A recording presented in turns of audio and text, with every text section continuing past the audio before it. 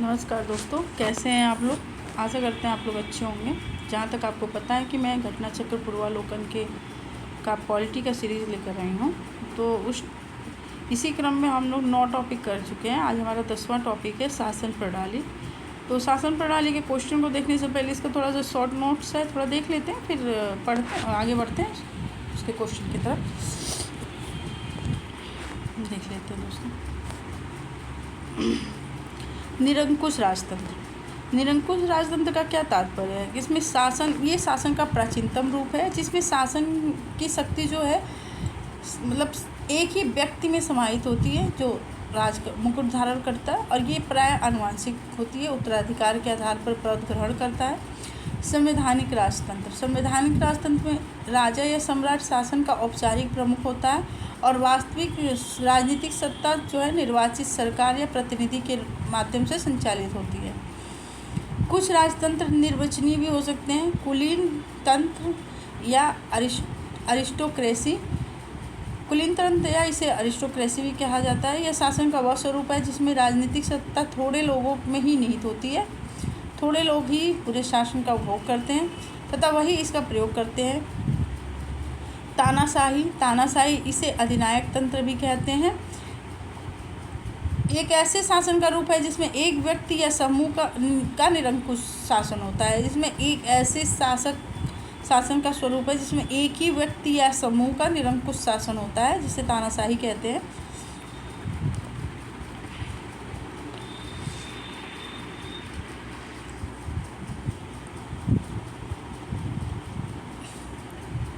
निरंकुश शासन होता है जो छल बल का प्रयोग के माध्यम से अपने पद पर आसीन होता है तथा किसी की भी प्रति उत्तरदायी नहीं होता है। प्रजातंत्र।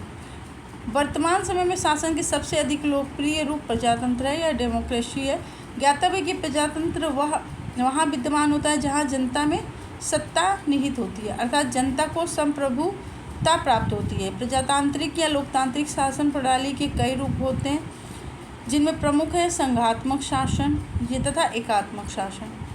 लोकतांत्रिक शासन प्रणाली व्यवहारतः कार्यपालिका, विधायिका और संसदीय शासन व्यवस्था या अध्यक्षीय शासन व्यवस्था के रूप में हो सकती है।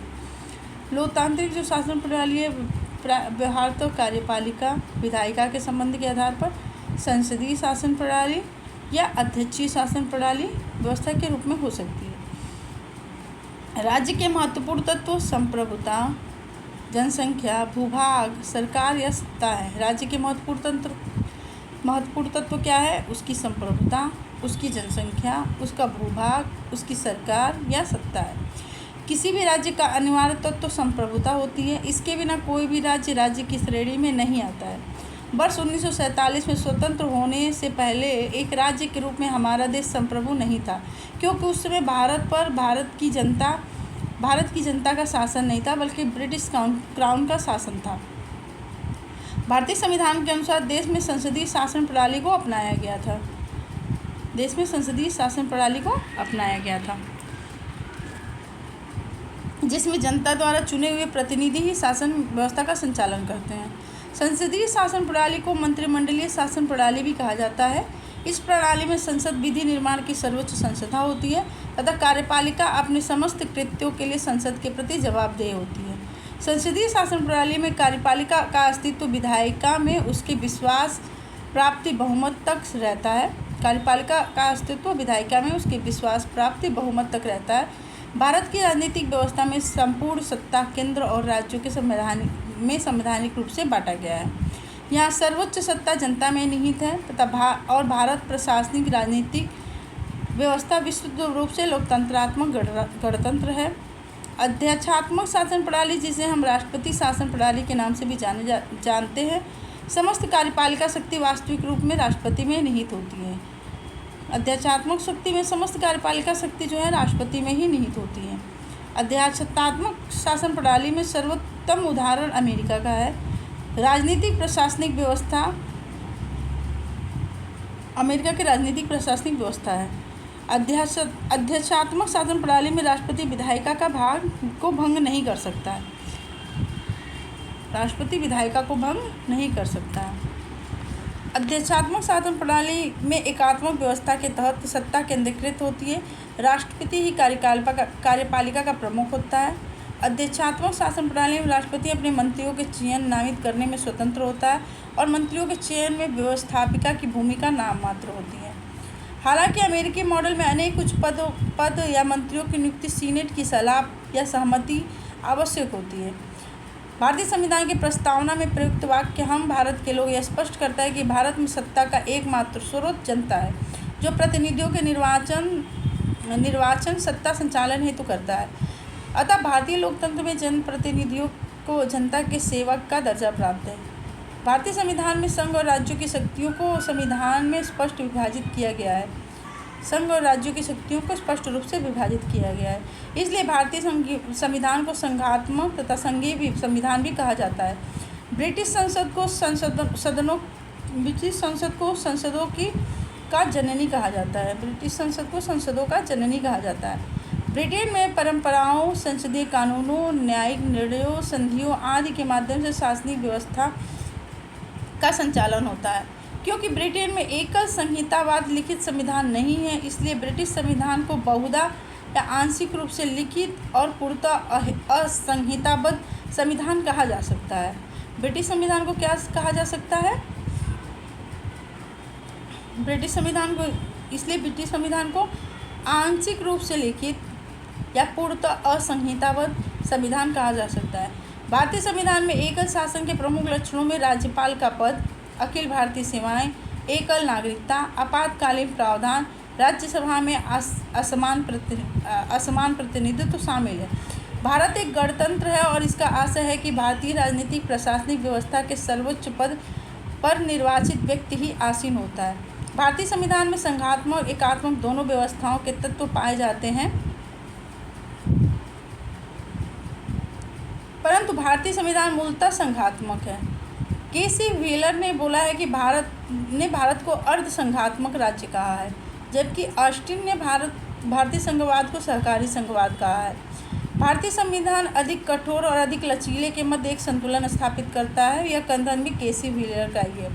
केसी व्हीलर ने बोला है कि भारत को अर्ध संघात्मक बोला है और बोला है कि भारतीय संविधान अधिक कठोर और अधिक लचीले के मध्य संतुलन स्थापित करता है। B.R. अम्बेडकर के अनुसार संविधान को संघात्मकता के तंग ढांचे में नहीं ढाला जा सकता है। B.R. अम्बेडकर ने कहा कि संविधान को संघात्मकता के तंग ढांचे में नहीं ढाला जा सकता है। चलिए दोस्तों, आज हम क्वेश्चन कर लेते हैं। इसका फर्स्ट क्वेश्चन है, निम्नलिखित में से कौन राज्य शब्द को सर्वोत्तम रूप से परिभाषित करता है? व्यक्तियों का एक समुदाय जो बिना किसी बाह्य नियंत्रण के एक निश्चित भूभाग में स्थायी रूप से निवास करता है और जिसकी एक संगठित सरकार है। एक निश्चित भूभाग के राजनीतिक रूप से संगठित लोग जो स्वयं पर शासन करने, कानून और व्यवस्था बनाए रखने, अपने नैसर्गिक अधिकारों की रक्षा करने तथा अपनी जीविका के साधनों को सुरक्षित रखने का अधिकार रखते हैं। बहुत से व्यक्ति जो निश्चित भूभाग में बहुत लंबे समय से अपनी सांस्कृतिक परंपरा और शासन व्यवस्था के साथ रहते हैं। एक निश्चित भूभाग में स्थायी रूप से रह रहा समाज जिसकी एक केंद्रीय प्राधिकारी के प्रति उत्तरदायी कार्यपालिका और स्वतंत्र न्यायपालिका है। नहीं दोस्तों, इसका ऑप्शन ए सही हो जाएगा। व्यक्तियों का एक समुदाय जो बिना किसी बाह्य नियंत्रण के, किसी तरह का बाह्य नियंत्रण नहीं है, एक निश्चित भूभाग में स्थायी रूप से निवास करता है जिसकी एक संगठित सरकार है। तो ऑप्शन ए इसका सही आंसर है। नेक्स्ट क्वेश्चन देख लेते हैं दोस्तों, एक्सप्लेनेशन पढ़ लेते हैं। राज्य शब्द एक राजनीतिक संस्था या संगठन को संदर्भित करता है जिसका तात्पर्य एक निश्चित भूभाग में अस्थायी रूप से निवासित संप्रभु व्यक्तियों के समुदाय से है, जिसकी एक संगठित सरकार हो तथा वो अपने आंतरिक तथा वैदेशिक मामले में बाह्य नियंत्रण से मुक्त हो। राज्य के मूलभूत तत्व हैं व्यक्ति या जनसंख्या, सरकार या सत्ता, निर्धारित सीमांकन वाला भूभाग और चौथा संप्रभुता, अर्थात वह अपने घरेलू और बाह्य निर्णय के संदर्भ में स्वतंत्र हो। किसी भी राज्य का अनिवार्य तत्व संप्रभुता होती है। इसके बिना कोई भी राज्य की श्रेणी में नहीं आता है। इस आधार पर विकल्प ए सही है। दिया गया कथन में राज्य का सर्वोत्तम रूप से परिभाषित किया गया है। निम्नलिखित में से कौन सा राज्य का सबसे महत्वपूर्ण तत्व है? तो अभी हम लोग ऊपर देख के ही आ रहे हैं संप्रभुता दोस्तों। तो ऑप्शन सी इसका सही आंसर है कि संप्रभुता। राज्य का 4 आवश्यक तत्व होते हैं: जनसंख्या या भूभाग, संप्रभुता, शासन या सत्ता। जनसंख्या, भूभाग, शासन, सत्ता और संप्रभुता। इन चारों तत्वों में संप्रभुता सबसे महत्वपूर्ण होती है। संप्रभुता के बिना कोई भी राज्य जो है अंतर्राष्ट्रीय दृष्टि से राज्य नहीं होगा।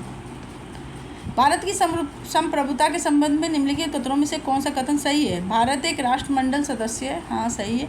राष्ट्रमंडल की सदस्यता के कारण भारत की संप्रभुता कम हो जाती है। ये गलत है। ये सही है, आर गलत है। एक सही है केवल।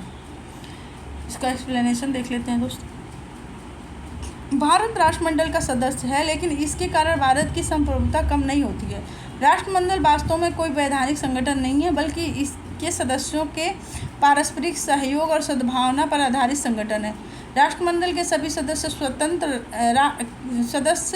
राष्ट्र स्वतंत्र और समान हैं तथा ब्रिटिश साम्राज्य के प्रति निष्ठा जैसी कोई शर्त या आवश्यकता नहीं है।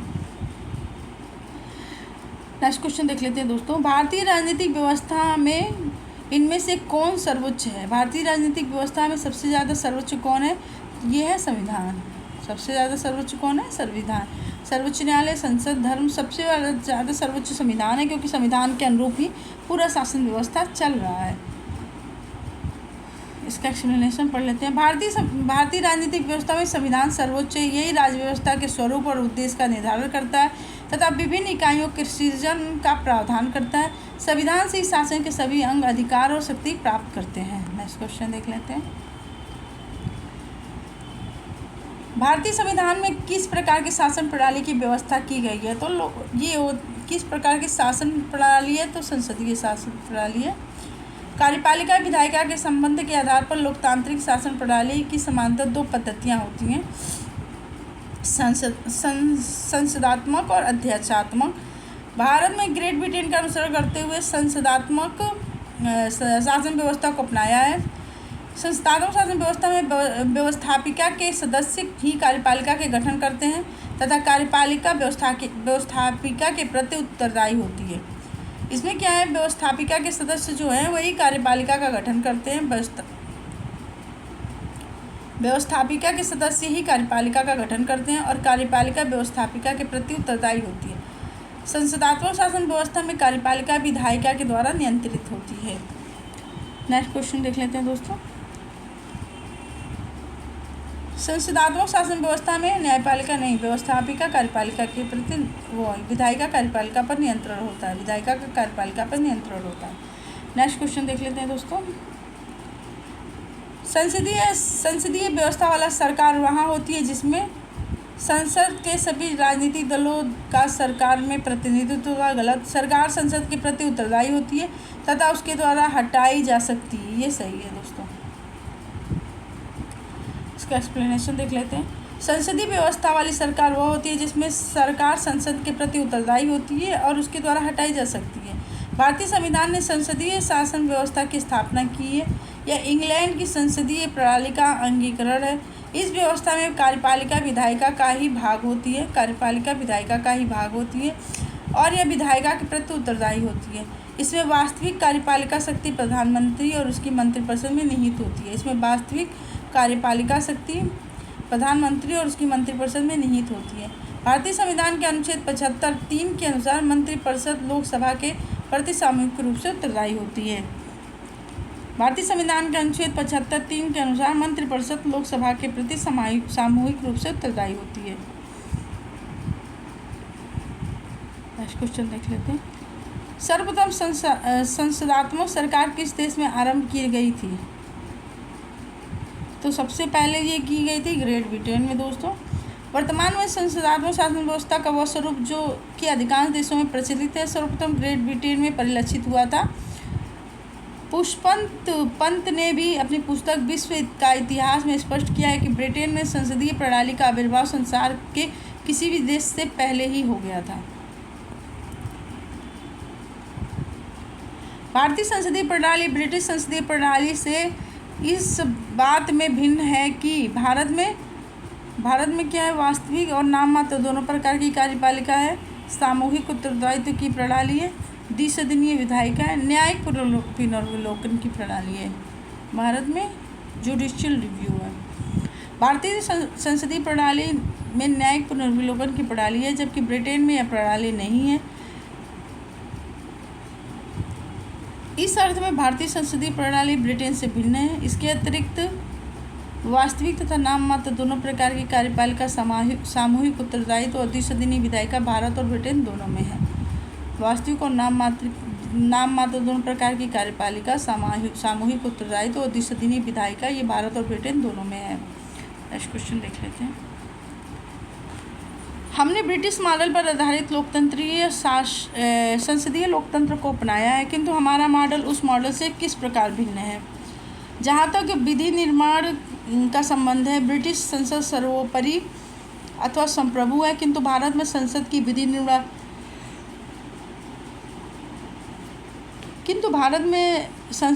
निर्माण की शक्ति परिसीमित है। भारत में संसद किसी अधिनियम के संशोधन की संवैधानिकता से संबंधित मामले उच्चतम न्यायालय द्वारा संविधान पीठ को भेजे जाते हैं। भारत में संसद के किसी अधिनियम के संशोधन के संवैधानिकता से संबंधित मामले उच्चतम न्यायालय द्वारा संविधान पीठ को भेजे जाते हैं। दोस्तों दोनों सही है। इसका एक्सप्लेनेशन देख लेते हैं। इसका ऑप्शन सी सही है। एक्सप्लेनेशन देख लेते हैं। ब्रिटिश मॉडल पर आधारित भारतीय लोकतंत्र व्यवस्था में संसदीय संप्रभुता पार्लियामेंट्री सोवरेनिटी के सिद्धांत को अपनाया गया है तथा वहाँ संसद ही सर्वोच्च विधि प्राधिकारी है, जो कि किसी विधि के सृजन या किसी विधि के समापन करती है तथा दूसरी और भारतीय मॉडल में संवैधानिक सरकार की व्यवस्था है, जिसके तहत संसद विधि निर्माण की शक्ति लिखित संविधान द्वारा परिसीमित है। केशवानंद भारतीवाद 1973 में दिए गए ऐतिहासिक निर्णय में उच्चतम न्यायालय ने यद्यपि संसद के संविधान में संशोधन की शक्ति को स्वीकार किया, तथापि यह भी निर्धारित किया कि संविधान की मूल संरचना या सांची ढांचे में परिवर्तन करने वाला कोई भी संशोधन संसद द्वारा नहीं किया जा सकता है। इस प्रकार कथन 1 सही है। कथन 2 भी सही है, क्योंकि भारत में संसद के किसी अधिनियम के संशोधन की संवैधानिकता से संबंधित मामले उच्चतम न्यायालय द्वारा संविधान के अनुच्छेद 145(3) के तहत गठित किए जाने वाली संविधान पीठ को भेजे जाते हैं तथा अनुच्छेद 145(3) में प्रावधानित है कि जिस मामले में संविधान के निर्वचन के बारे में विधि का कोई सारवान प्रश्न अंतर्वर्लित है, उसका निश्चय करने के प्रयोजन के लिए बैठने वाले न्यायाधीशों की संख्या न्यूनतम 5 होगी या इसे भी संविधान पीठ के रूप में अभिहित किया जा सकता है।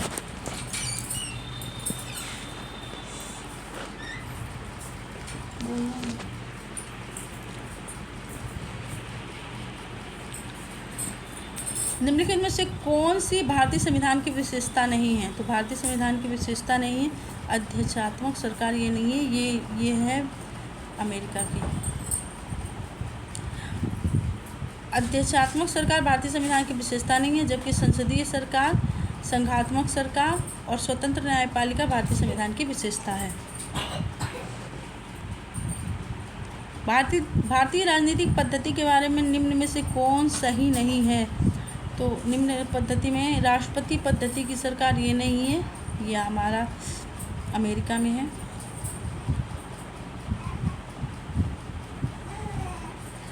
भारत में राष्ट्रीय पद्धति नहीं है, बल्कि संसदीय पद्धति की सरकार है। यहाँ राष्ट्रपति शासन का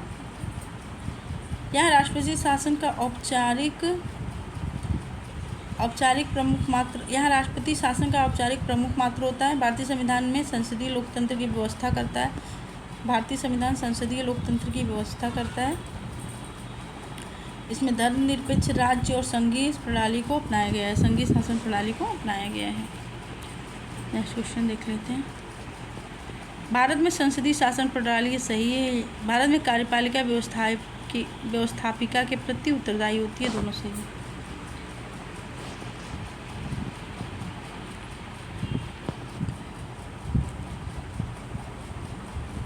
यार दोनों सही है और उसकी व्याख्या भी कर रहा है, सही है। एक्सप्लेनेशन देख लेते हैं दोस्तों। यही सही है। एक्सप्लेनेशन देख लेते हैं। भारत में संसदीय शासन प्रणाली अपनाई गई है जिसकी मूल पहचान यह है कि व्यवस्थापिका कार्यपालिका प्रधानमंत्री के नेतृत्व वाली मंत्रिपरिषद व्यवस्थापिका या विधायिका संसद विशेषतः निम्न सदन लोकसभा के प्रति उत्तरदायी होती है। भारतीय संविधान इस उत्तरदायित्व को स्पष्ट रूप से स्थापित करता है। अनुच्छेद 75(3) संघ के लिए मंत्रिपरिषद लोकसभा के प्रति उत्तरदायी होते हैं, सामूहिक रूप से उत्तरदायी होंगे। अनुच्छेद 164(2) राज्यों के लिए मंत्रिपरिषद विधानसभा के प्रति सामूहिक रूप से उत्तरदायी होंगे। यही सिद्धांत संसदीय शासन का केंद्रीय लक्षण है। कार्यपालिका का निम्न सदन के प्रति सामूहिक उत्तरदायित्व। अतः अभिकथन ए सही है और आर भी सही है और दोनों की परिभाषा भी कर रहा है। भारत में संसदीय प्रणाली की सरकार है क्योंकि मंत्रिपरिषद लोकसभा के प्रति सामूहिक रूप से उत्तरदायित्व है। अभी ऊपर ही पढ़ के आ रहे हैं दोस्तों। भारत में संसदीय प्रणाली की सरकार है क्योंकि मंत्रिपरिषद लोकसभा के प्रति उत्तरदायी है। 75(3) के अनुसार संसदीय शासन प्रणाली को मंत्रिमंडलीय व्यवस्था भी कहा जाता है। इस शासन व्यवस्था में संसद विधि निर्माण की सर्वोच्च संस्था होती है तथा कार्यपालिका अपने सभी कार्यों के लिए संसद के प्रति उत्तरदायी होती है। कार्यपालिका के सदस्य संसद के सदस्य होते हैं और कार्यपालिका तभी तक सत्तारूढ़ या कार्यरत होती है जब तक उसे संसद या लोकसभा में विश्वास प्राप्त होता है। नेक्स्ट क्वेश्चन देख लेते हैं दोस्तों। संसदीय स्वरूप के शासन के प्रमुख लाभ यह है कि कार्यपालिका विधायिका के प्रति उत्तरदायी बनी रहती है। कार्यपालिका विधायिका के प्रति उत्तरदायी बनी रहती है। नेक्स्ट क्वेश्चन देख लेते हैं।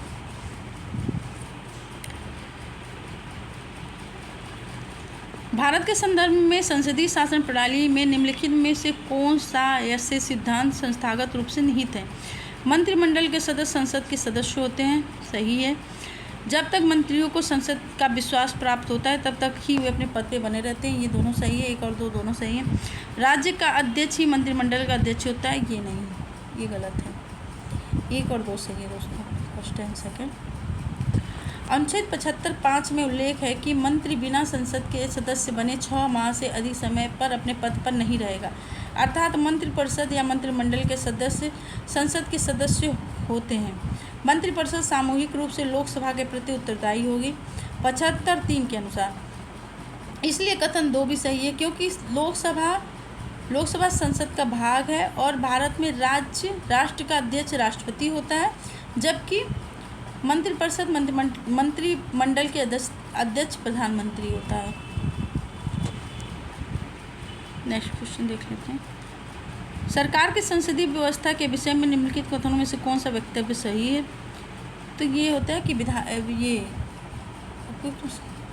कार्यपालिका विधायिका के प्रति जवाबदेह होगी, उल्टा है। विधायिका न्यायपालिका के जवाब होगी, गलत है, ये भी गलत है। विधायिका एवं कार्यपालिका दोनों स्वतंत्र है, ये भी गलत है। राष्ट्रपति न्यायपालिका के प्रति जवाबदेह, ये भी गलत। उपयुक्त में से कोई नहीं या उपयुक्त में से एक से अधिक, इसका ऑप्शन ई होगा। शासन प्रणाली की समांतर 2 पद्धतियाँ होती हैं, संसदीय और अध्यक्षीय। भारत में ग्रेट ब्रिटेन के अनुसरण करते हुए संसदीय शासन व्यवस्था को अपनाया गया है। संसदीय शासन व्यवस्था में व्यवस्थापिका जो विधायिका के सदस्य कार्यपालिका का गठन करते हैं तथा कार्यपालिका व्यवस्थापिका के प्रति उत्तरदायी होती है।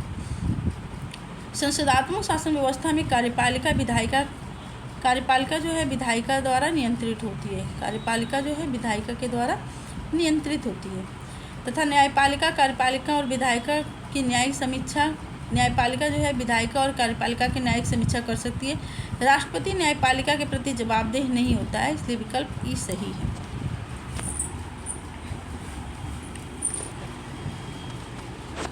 नेक्स्ट क्वेश्चन देख लेते हैं दोस्तों।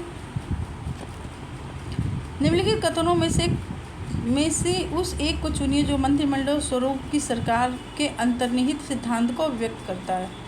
ऐसी सरकार के विरुद्ध आलोचना को कम से कम करने की व्यवस्था जिसके उत्तरदायित्व तो जटिल हैं तथा उन्हें सभी के संतोष के लिए निष्पादित करना कठिन है। मंत्रिमंडल स्वरूप की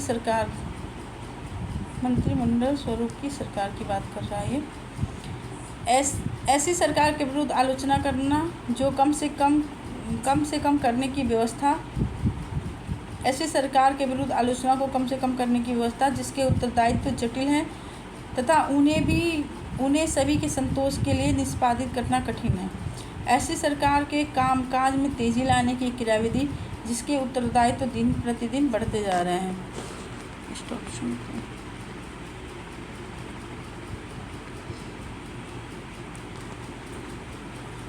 सरकार के जनता के प्रति सामूहिक उत्तरदायित्व को सुनिश्चित करने के लिए संसदीय लोकतंत्र की एक क्रियाविधि उस शासनाध्यक्ष के हाथों को मजबूत करने का एक साधन जिसका जनता पर नियंत्रण हसनोन्मुख दशा में हो। ऑप्शन सी सही है दोस्तों।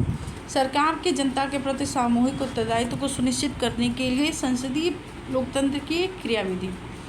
संसदीय शासन प्रणाली को मंत्रिमंडलीय शासन प्रणाली या उत्तरदायी शासन प्रणाली के नाम से भी संबोधित किया जा सकता है। इसमें सरकार मंत्रिपरिषद लोकसभा के प्रति उत्तरदायी होते हैं। लोकसभा सदस्यों का निर्वाचन जनता द्वारा प्रत्यक्ष रूप से किया जाता है। अतः सरकार के जनता के प्रति सामूहिक उत्तरदायित्व को सुनिश्चित करना ही मंत्रिमंडलीय स्वरूप की सरकार या संसदीय सरकार के अंतर्निहित सिद्धांत हैं। नेक्स्ट क्वेश्चन देख लेते हैं। राष्ट्रपति पद्धति में समस्त कार्यपालिका की शक्ति निहित होती है। तो समस्त कार्यपालिका की शक्ति निहित होती है राष्ट्रपति में। राष्ट्रपति शासन पद्धति में समस्त कार्यपालिका शक्ति राष्ट्रपति में निहित होती है। इनका उपयोग वह विधायिका से पृथक और स्वतंत्र रूप से करता है, स्वतंत्र रूप से या अपने द्वारा चयनित मंत्रियों के माध्यम से करता है। नेक्स्ट क्वेश्चन देख लेते हैं। भारत में राजनीतिक व्यवस्था के मूल तत्व या लक्षण हैं। यह एक लोकतंत्रात्मक गणराज्य है, सही है। इसमें संसदात्मक स्वरूप की सरकार है, ये भी सही है। सर्वोच्च सत्ता भारत की जनता में निहित है, ये भी सही है। यह एकीकृत शक्ति का प्रावधान करती है, गलत है। 1, 2, 3 सही है दोस्तों। इसका ऑप्शन देख लेते हैं। लोकतंत्रात्मक गणराज्य, संसदात्मक सरकार और सर्वोच्च सत्ता जनता में निहित होना भारत की राजनीतिक व्यवस्था के मूलभूत लक्षण हैं। तथापि यह एकीकृत शक्ति का प्रावधान नहीं करती है, बल्कि सत्ता केंद्र और राज्य में विभाजित है। नेक्स्ट क्वेश्चन देख लेते हैं। निम्नलिखित कथनों पर विचार कीजिए। भारत एक लोकतंत्रात्मक गणराज्य, सही है। भारत एक प्रभुता संपन्न राज्य, ये भी सही है। भारत में लोकतांत्रिक समाज, ये भी सही है। भारत एक कल्याणकारी राज्य, ये भी सही है। इसका 4 ऑप्शन सही है दोस्तों। अब एक्सप्लेनेशन लेते हैं, देख लेते हैं। भारतीय संविधान के तहत भारत में लोकतंत्रात्मक राज्य व्यवस्था तथा एक प्रभुता संपन्न राज्य है। नीति निर्देशक तत्वों के द्वारा संविधान निर्माताओं ने कल्याणकारी राज्य की संकल्पना को भी अभिव्यक्त किया है और राज्य को यह निर्देश दिया है कि वह जन कल्याण के लिए निरंतर प्रयत्न करे। साथ ही भारतीय समाज को भी लोकतांत्रिक मूल्यों के संवैधानिक संरक्षण तथा लोकतांत्रिक जीवन शैली के आधार पर लोकतांत्रिक माना जा सकता है।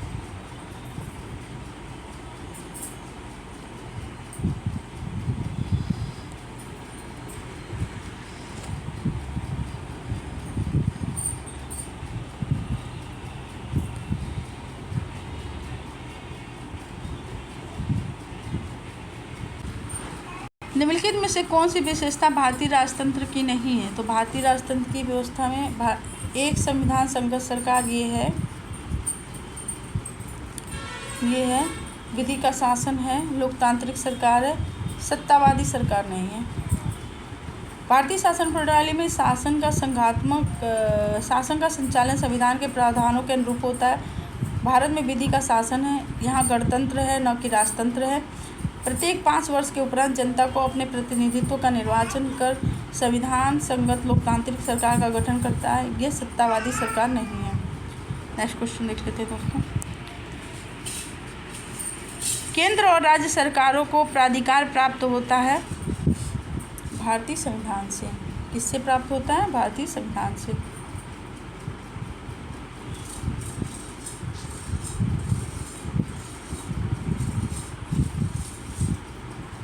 किससे प्राप्त हो रहा है? भारतीय संविधान से। नेक्स्ट क्वेश्चन देख लेते हैं दोस्तों।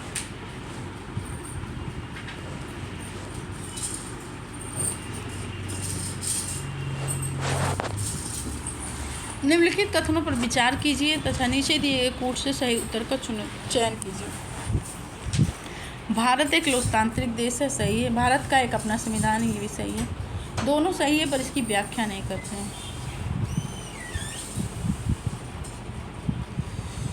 इसका ऑप्शन बी हो जाएगा। ए और बी दोनों सही हैं पर व्याख्या नहीं करते हैं।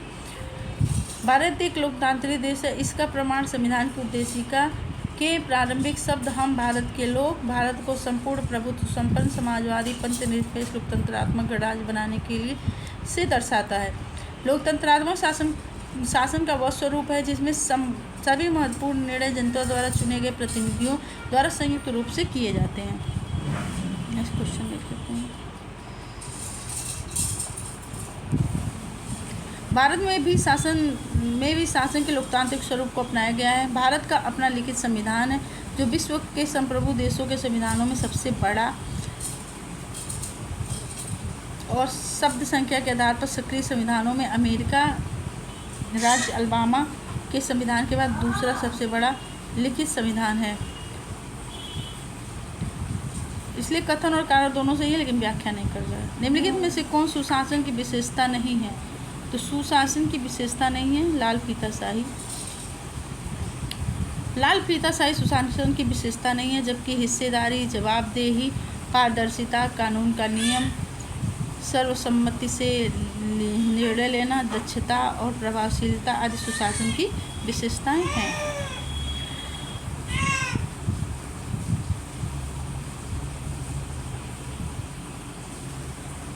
कल्याणकारी राज्य का उद्देश्य क्या है?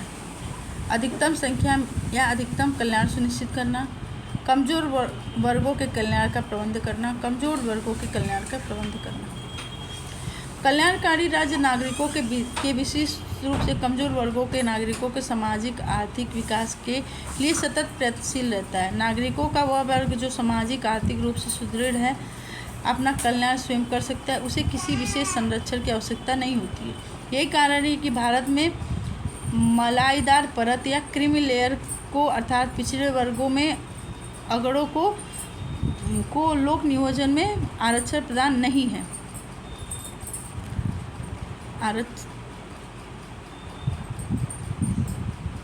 आरक्षण प्रदान नहीं है।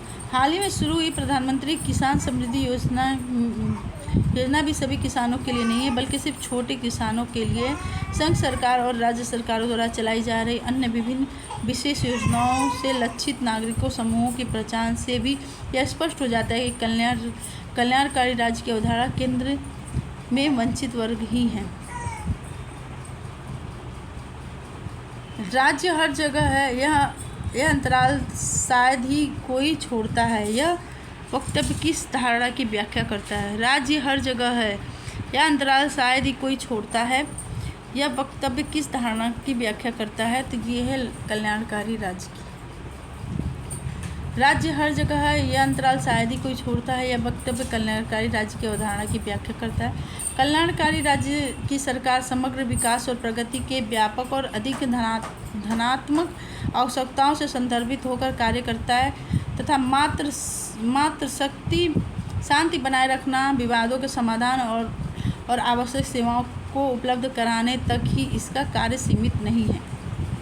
नेक्स्ट क्वेश्चन देख लेते हैं दोस्तों। निम्नलिखित में से कौन सा एक भारतीय संविधान का दर्शन नहीं है? तो भारतीय संविधान का दर्शन नहीं है, साम्यवाद नहीं है, कल्याणकारी राज्य है, राजनीतिक समानता है, समाजवादी राज्य है, लेकिन साम्यवादी सरकार नहीं। भारतीय संविधान में कल्याणकारी राज्य, समाजवादी राज्य तथा राजनीतिक समानता, न्याय, पथनिरपेक्ष, लोकतंत्रात्मक गणराज्य आदि दर्शनों को आत्मसात किया गया है, किंतु साम्यवादी राज्य के दर्शन का उल्लेख संविधान में नहीं है। समाजवादी राज्य और राजनीतिक समानता, न्याय का उल्लेख हमें उद्देशिका में मिलता है। कल्याणकारी दर्शन का सिद्धांत हमें भाग 4 के नीति निर्देशक तत्वों के अंतर्गत मिलता है। निम्नलिखित कथनों में से कौन सा कथन सही है? तो भारतीय संविधान अध्यक्षात्मक है, नहीं, गलत है। भारत एक नाम मात्र का राजतंत्र, ये भी गलत है। भारत एक कुलतंत्र, गलत। भारत एक संसदात्मक प्रजातंत्र है, ये सही है।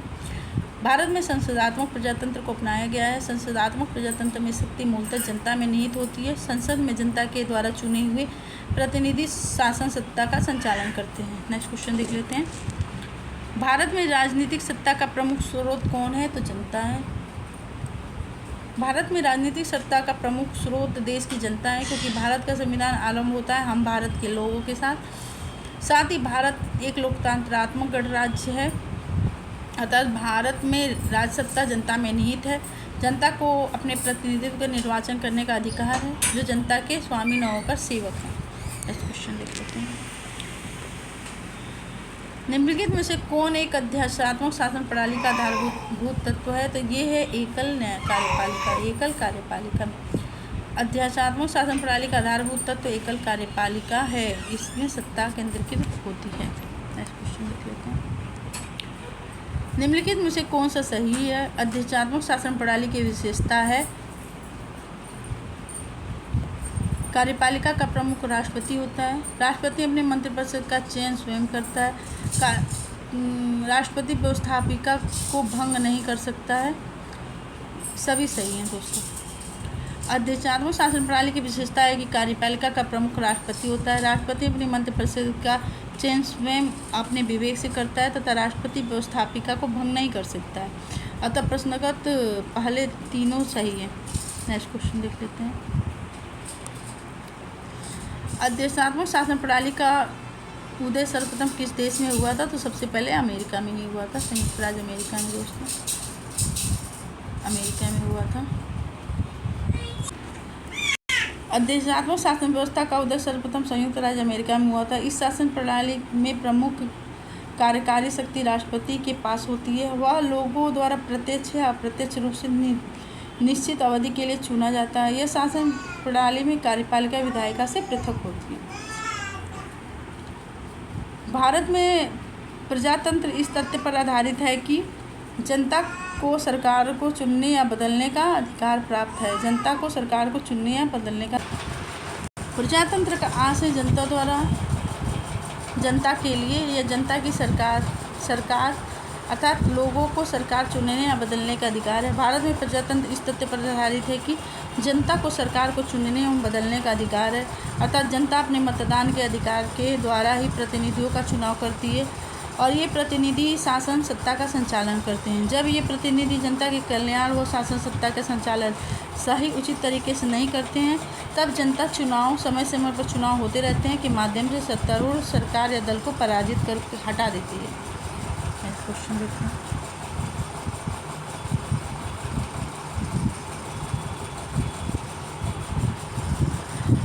लोकतंत्र का उत्कृष्ट गुण यह है कि वह क्रियाशील बनाता है। साधारण पुरुषों और महिलाओं की बुद्धि और चरित्र को, कार्यपालक नेतृत्व को सशक्त बनाने वाली पद्धतियों को, गतिशीलता और दूरदर्शिता से युक्त एक बेहतर व्यक्ति को, समर्पित दलीय कार्यकर्ताओं के एक समूह को। तो ये बनाता है साधारण पुरुष और महिलाओं की बुद्धि और चरित्र को।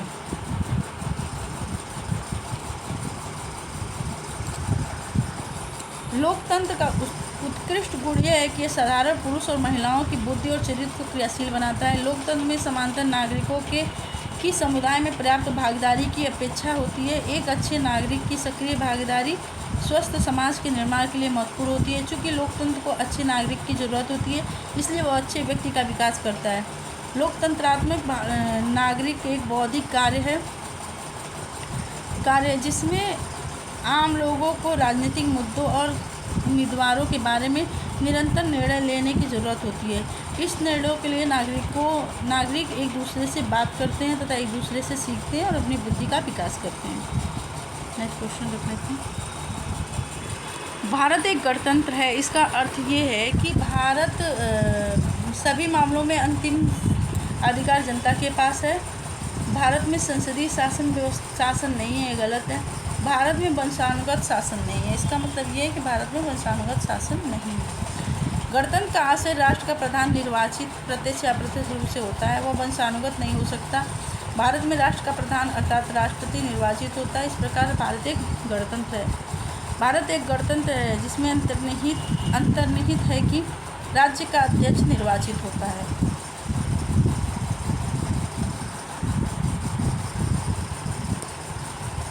निम्नलिखित में से किनसे विनिर्धारित होता है कि भारत का संविधान परिसंघीय है? संविधान लिखित और अनन्य है। न्यायपालिका स्वतंत्र है, अवशिष्ट शक्तियों का केंद्र में निहित होना नहीं। केंद्र और राज्यों के बीच शक्तियों का वितरण, केंद्र और राज्यों के बीच शक्तियों का वितरण, इससे पता चलता है कि संविधान परिसंघीय है। कोई राज्य संघात्मक या एकात्मक है, यह संविधान द्वारा संघ और राज्यों के मत शक्तियों के विभाजन के आधार पर जाना जाता है। यदि संघ और राज्यों के मत शक्तियों का विभाजन होता है तो उस राज्य को संघीय कहा जाता है। भारत का संविधान परिसंघीय संघात्मक है क्योंकि केंद्र और राज्यों के बीच शक्तियों का वितरण है। भारतीय संविधान कैसा है? तो भारतीय संविधान है अंशतः कठोर और अंशतः लचीला। भारतीय संविधान को कठोर और नम्र का मिश्रण कहा जाता है। यह तो अंशतः कठोर और अंशतः लचीला है। इसमें कतिपय उपबंधों को संसद के साधारण बहुमत के द्वारा ही संशोधन किया जा सकता है, जबकि कुछ उपबंधों के लिए संशोधन के लिए अनुच्छेद 368 के अधीन 2/3 बहुमत की आवश्यकता होती है। साथ ही कुछ विशिष्ट उपबंधों के संशोधन के लिए संसद के विशेष बहुमत प्रत्येक सदन में उस सदन के कुल सदस्य संख्या के बहुमत और उपस्थित मत देने वाले सदस्यों के कम से कम 2/3 बहुमत के अतिरिक्त आधे से अन्यून राज्यों के विधानमंडलों के अनुसार अनुसमर्थन भी आवश्यक होता है। नेक्स्ट क्वेश्चन देख लेते हैं। भारत की संसदीय शासन प्रणाली एवं ब्रिटेन की संसदीय शासन प्रणाली में अंतर के बिंदु निम्नलिखित में से कौन से हैं? तो अंतर से न्यायिक समीक्षा है। भारत में न्यायिक समीक्षा है, ब्रिटेन में न्यायिक समीक्षा नहीं है। ब्रिटिश संसद एकल संहिताबद्ध लिखित संविधान के अभाव और संहिताबद्ध संविधान की परंपरा के कारण संप्रभु निकाय है, जबकि भारतीय संसद की शक्तियाँ और कार्यपालिका संविधान की सीमाओं के अधीन है, जिसकी विधायी और कार्यकारी कार्रवाइयों की न्यायिक समीक्षा की जा सकती है। निम्नलिखित कथनों पर विचार कीजिए और अंत में दिए गए कूट से सही उत्तर का चयन कीजिए। भारत के संविधान में एक संघीय शासन प्रणाली का प्रावधान करता है, सही है। उसमें एक बहुत शक्तिशाली केंद्र की रचना है, ये भी सही है, लेकिन इसकी व्याख्या नहीं कर रहा है दोनों दोस्तों। इसका एक्सप्लेनेशन पढ़ लेते हैं।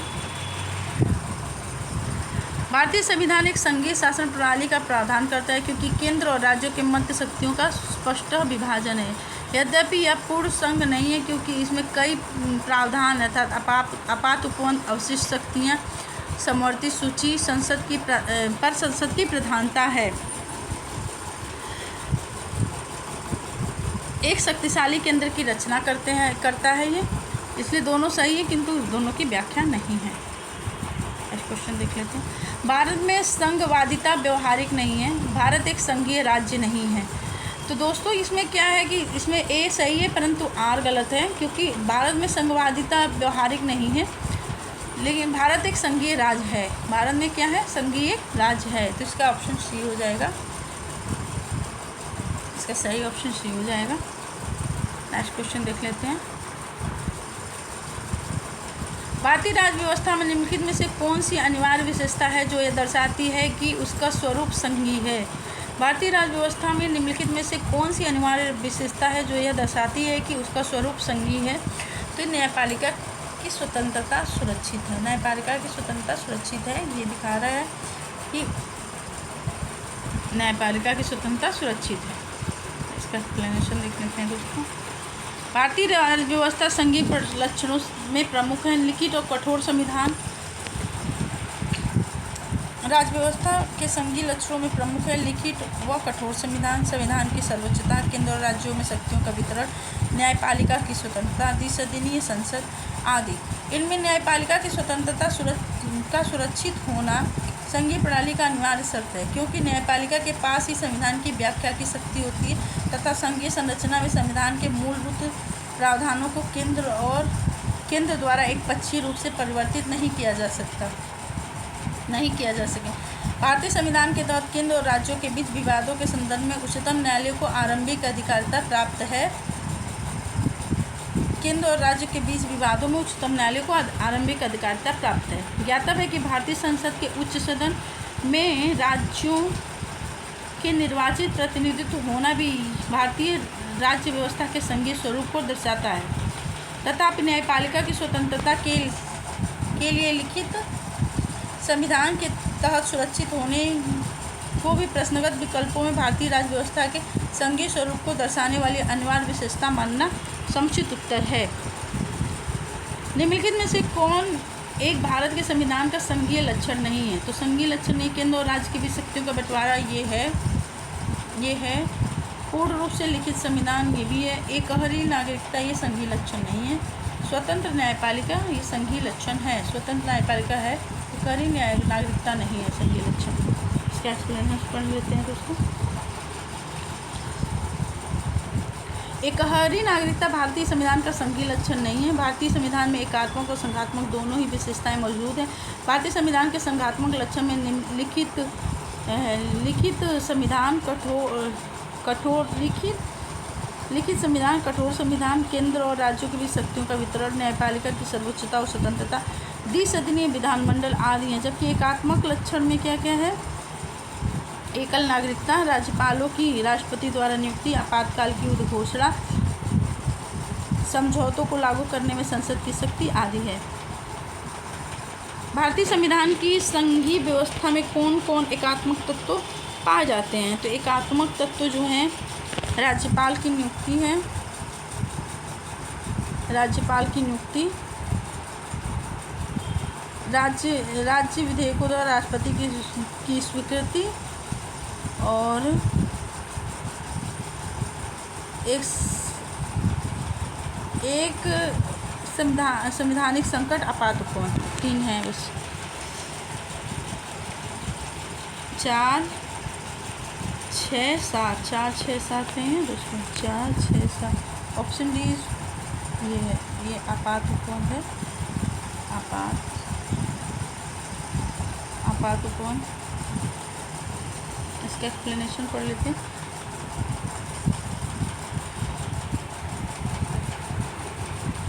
यहाँ विकल्प डी सही उत्तर है। सभी तत्वों में क्रम 4, 5 और 6 का उल्लिखित तत्व भारतीय संघीय स्वरूप के एकात्मक तत्व हैं। क्रम संख्या 1, 2, 3 उल्लिखित तत्वों पे संघीय तत्व हैं के अनिवार्य तत्व हैं। और क्रम संख्या 5 तत्व जो हैं, हम शक्तियों के विभाजन के पर्यायवाची रूप में ले तो यह तत्व संघात्मक व्यवस्था के कारक तत्व अर्थात सर्वाधिक आधारभूत तत्व हैं। संघात्मक व्यवस्था के अन्य सभी तत्व इसी तत्व से निकल कर आते हैं।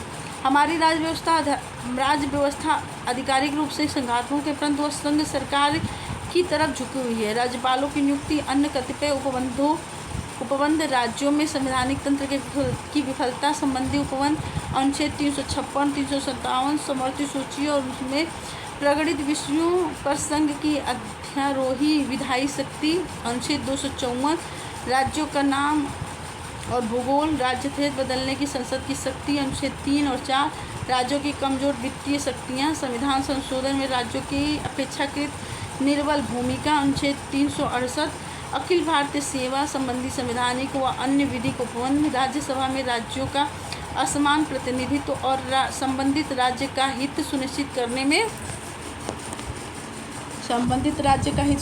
करने में राज्यसभा की कमजोर भूमिका जैसे संवैधानिक लक्षण हमारी राज्य व्यवस्था के एकात्मक तत्व हैं।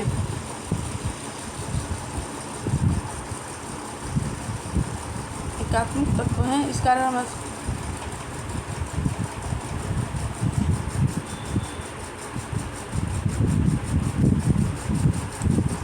क्या है? राज्यपालों की नियुक्ति, राज्य में संवैधानिक तंत्र विफल होने से संबंधी उपबंध, समवर्ती सूची में प्रगणित विषयों पर संघ की अध्यारोही शक्तियाँ, राज्यों के नाम, भूगोल और बदलने की शक्ति, राज्यों के कमजोर वित्तीय शक्तियाँ, संवैधानिक संशोधन में राज्यों की अपेक्षाकृत निर्बल भूमिका, अखिल भारतीय सेवा संबंधी प्रावधान, विधिक उपबंध, राज्यसभा में राज्यों का समान प्रतिनिधित्व संबंधित आज ये एकात्मक लक्षण है। नेक्स्ट क्वेश्चन देख लेते हैं दोस्तों।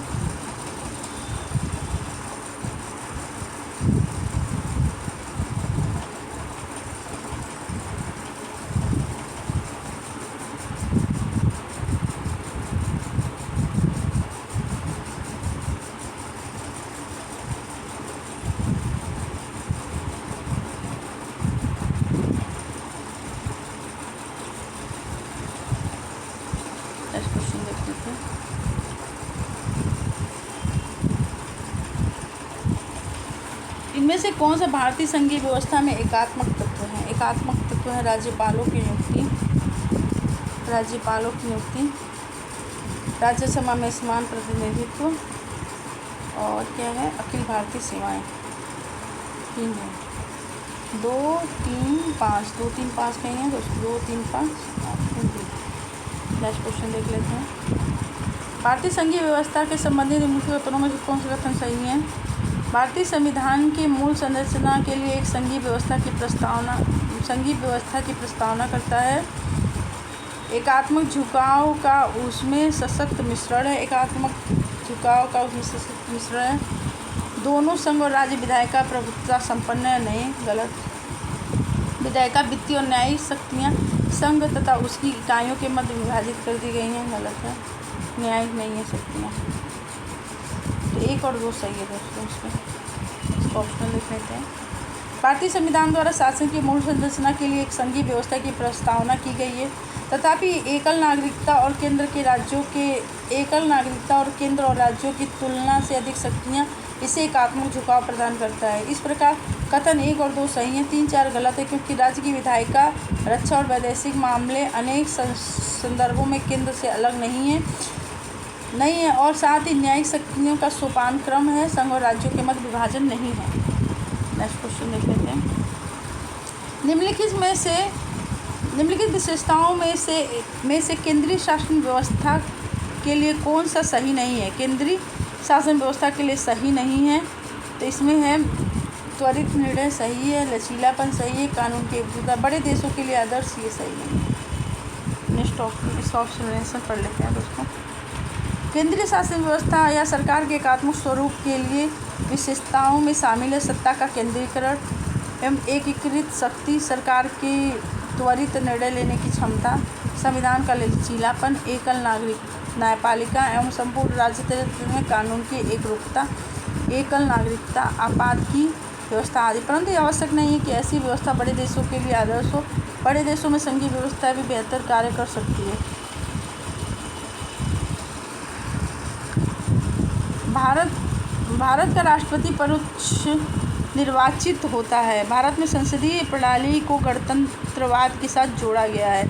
1 और 2 सही है और दोनों की व्याख्या भी सही कर रहा है। इसका एक्सप्लेनेशन देख लेते हैं। भारत का राष्ट्रपति परोक्षतः या अप्रत्यक्ष रूप से निर्वाचित होता है। भारत की संसदीय प्रणाली को गणतंत्र के साथ जोड़ा गया है। जिसमें कोई आनुवंशिक शासक नहीं होता है तथा राज्य के सभी पदाधिकारी प्रत्यक्ष या अप्रत्यक्ष रूप से जनता के द्वारा निर्वाचित होते हैं। इस प्रकार ए और आर दोनों सही है, उसका विकल्प भी सही है, उसकी व्याख्या भी करता है, क्योंकि इसके जो कोई भी आनुवंशिक नहीं होता और राज्य के सभी पदाधिकारी प्रत्यक्ष या परोक्ष रूप से जनता के द्वारा ही निर्वाचित होते हैं। नीचे 2 वक्तव्य दिए गए हैं।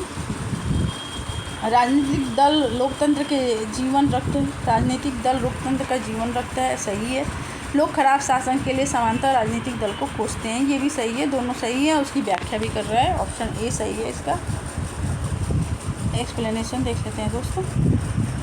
राजनीतिक दलों को लोकतंत्र का जीवन रक्त कहा जाता है क्योंकि राजनीतिक दल लोकतंत्र के प्रणाली के अंतर्गत चुनाव में भागीदारी, सरकार का निर्माण और नागरिकों में राजनीतिक सहभागिता का परीक्षण एवं अवसर प्रदान करते हैं। ये भी सत्य है कि लोग खराब शासन के लिए समांतर राजनीतिक दलों को कोसते हैं। अतः प्रश्न में कथन और कारण दोनों सही है, उसकी व्याख्या भी कर रहा है। भारत में दल विहीन प्रजातंत्र किसने प्रस्तावित किया था? दल विहीन प्रजातंत्र प्रस्तावित किया था महात्मा गांधी और जयप्रकाश नारायण दोनों ने। महात्मा गांधी और जयप्रकाश नारायण दोनों ने दल विहीन प्रजातंत्र प्रस्तावित किया था। महात्मा गांधी और जयप्रकाश नारायण ने दल विहीन प्रजातंत्र का समर्थन किया था। ये दलीय व्यवस्था के दोषों के कारण दल विहीन लोकतंत्र और सहभागी लोकतंत्र के समर्थक थे। नेक्स्ट क्वेश्चन देख लेते हैं। भारत की संघात्मक संरचना का मुख्य उद्देश्य इसकी बहुआयामी विविधताओं में से एक राष्ट्र का निर्माण करना और राष्ट्रीय एकता को संरक्षित करना है। भारत की संघात्मक संरचना का मुख्य उद्देश्य इसकी बहुआयामी विविधताओं में से एक राष्ट्र का निर्माण करना और राष्ट्रीय एकता को संरक्षित करना था। विविधताओं के समंजन से एक सशक्त न कि कमज़ोर भारतीय राष्ट्रीयता का निर्माण हुआ है। विविधताओं के समंजन से एक सशक्त न कि कमज़ोर भारतीय राष्ट्रीयता का निर्माण हुआ है। ए और आर दोनों सही हैं और आर ए की सही व्याख्या करता है। एक्सप्लेनेशन इसका बी सही है। एक्सप्लेनेशन देख लेते हैं दोस्तों। भारतीय संविधान के अनुच्छेद 1 के तहत भारत राज्यों का संघ है, जिसमें वर्तमान में 28 राज्य और 8 केंद्र शासित प्रदेश हैं। संघात्मक संरचना में शक्तियों का बंटवारा संघ और राज्यों के मध्य हुआ है। संघ को राज्यों की तुलना में शक्तियाँ अधिक प्राप्त हुई हैं। भारत की संघात्मक संरचना का प्रमुख उद्देश्य उसकी बहुआयामी विविधताओं में से एक राष्ट्र का निर्माण करना और राष्ट्रीय एकता को संरक्षित करना है, जिसके कारण विविधताओं के समंजन से एक सशक्त भारतीय राष्ट्र का निर्माण हुआ है। इस प्रकार प्रश्नगत कथन और कार्य दोनों सही हैं, उसकी व्याख्या कर रहा है। भारतीय राजनीतिक व्यवस्था की प्रकृति में निरंतरता और परिवर्तन के तत्व मूर्त रूप से पाए जाते हैं। भारतीय राजनीतिक व्यवस्था में निम्नलिखित राजनीतिक कार्यशैलियों जैसे आनुवंशिक शैली, परंपरागत शैली और संत शैली के तत्व निहित हैं। प्रकृति में निरंतरता और परिवर्तन के तत्व मूर्त रूप से पाए जाते दो।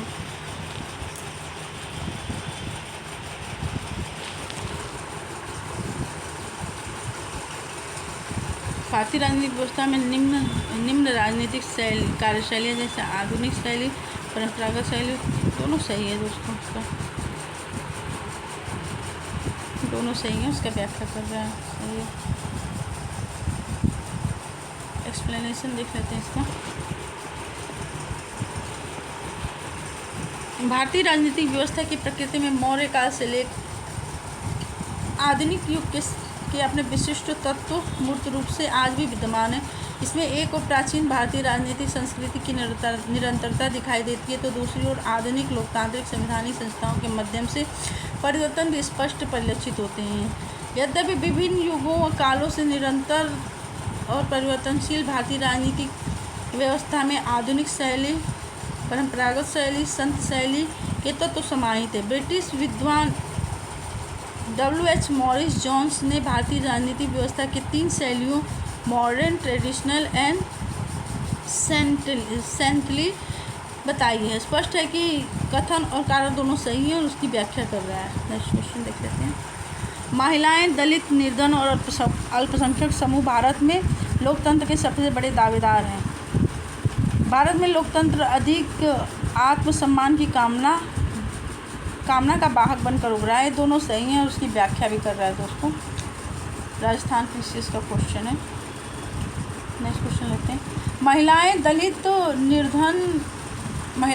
निर्धन और अल्पसंख्यक समूह भारत में लोकतंत्र के सबसे बड़े दावेदार हैं, क्योंकि लोकतंत्र उनके व्यक्तिगत अधिकारों की रक्षा करता है और उनके आत्मसम्मान और गरिमा को बढ़ा रहा है। नेक्स्ट क्वेश्चन देख लेते हैं। भारतीय संविधान के बृहद होने का कारण क्या है? तो बृहद होने का कारण क्या है? इसमें अनेक संविधानों के अनुभव समाविष्ट हैं, एकदम सही है। इसके विस्तृत प्रशासनिक प्रावधान है, सही है। एक बड़े देश के शासन से संबंधित, ये भी सही है। संघ और राज्य सरकारों के संविधान, ये भी सही। चारों सही हैं दोस्तों। भारतीय संविधान का विश्व के प्रमुख देशों में सबसे विस्तृत लिखित संविधान है। इसके विरुद्ध होने के एक कारण नहीं है, बल्कि उपयुक्त में से सभी कारण इसके बृहद स्वरूप के लिए जिम्मेदार हैं। तो कोई एक कारण सत्य नहीं है, तो सभी सत्य हैं। नेक्स्ट क्वेश्चन देख लेते हैं। निम्नलिखित में से कौन सा कथन सत्य है? संयुक्त राज्य अमेरिका में सरकार की संघीय प्रणाली है। कौन सा कथन सत्य है? संयुक्त राज्य अमेरिका में सरकार की संघीय प्रणाली है। भारत में सरकार की संघीय और एकात्मक दोनों प्रकार की प्रणाली है। फ्रांस में सरकार की संघीय प्रणाली है। पाकिस्तान में प्रधानमंत्री की नियुक्ति वहाँ की जनता के द्वारा होता है, तो इसका ऑप्शन ए सही है। अमेरिका में संविधान की संघीय प्रणाली स्पष्ट उल्लेख है। भारत के संविधान भारत को राज्यों का संघ बताया गया है, किंतु संविधान के कतिपय प्रावधानों में राज्यों की अपेक्षा केंद्र को ज़्यादा शक्तिशाली बनाने का जोर देता है। इसके कुछ विद्वान भारत के संविधान को संघात्मक और एकात्मक प्रणालियों का मिश्रण कर मानते हैं, किंतु भारतीय संविधान एकात्मक प्रणाली का लक्षण लिए हुए मूल रूप से संघीय संविधान है। एकात्मक प्रणाली का लक्षण लिए हुए मूल रूप से संघीय संविधान है, ऐसा मानना ज़्यादा उचित होगा। कौन सी भारतीय संघ राज्य पद्धति की विशेषता नहीं है? तो भारतीय संघ राज्य पद्धति की विशेषता नहीं, भारत में स्वतंत्र न्यायपालिका है, ये है। भारत केंद्र और राज्यों के बीच शक्तियों का विभाजन है, ये भी सही है। संघवाद होने वाली इकाइयों को राज्यसभा में असमान प्रतिनिधित्व दिया गया है, ये भी सही। यह संघवाद होने वाली इकाइयों के बीच एक सहमति का परिणाम है, सहमति का कोई परिणाम नहीं है। ऑप्शन डी इसका सही उत्तर हो जाएगा। नेक्स्ट उसका आप एक्सप्लेनेशन देख लेते हैं दोस्तों।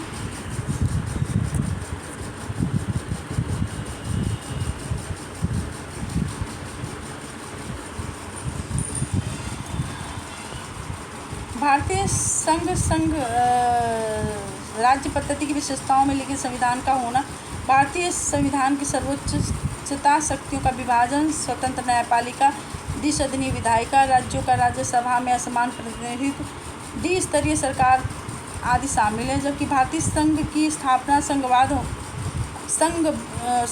संघबद्ध होने वाली इकाइयों के बीच किसी सहमति या समझौता द्वारा नहीं हुई है तथा भारतीय संघ में से राज्यों को अलग होने का अधिकार भी नहीं है।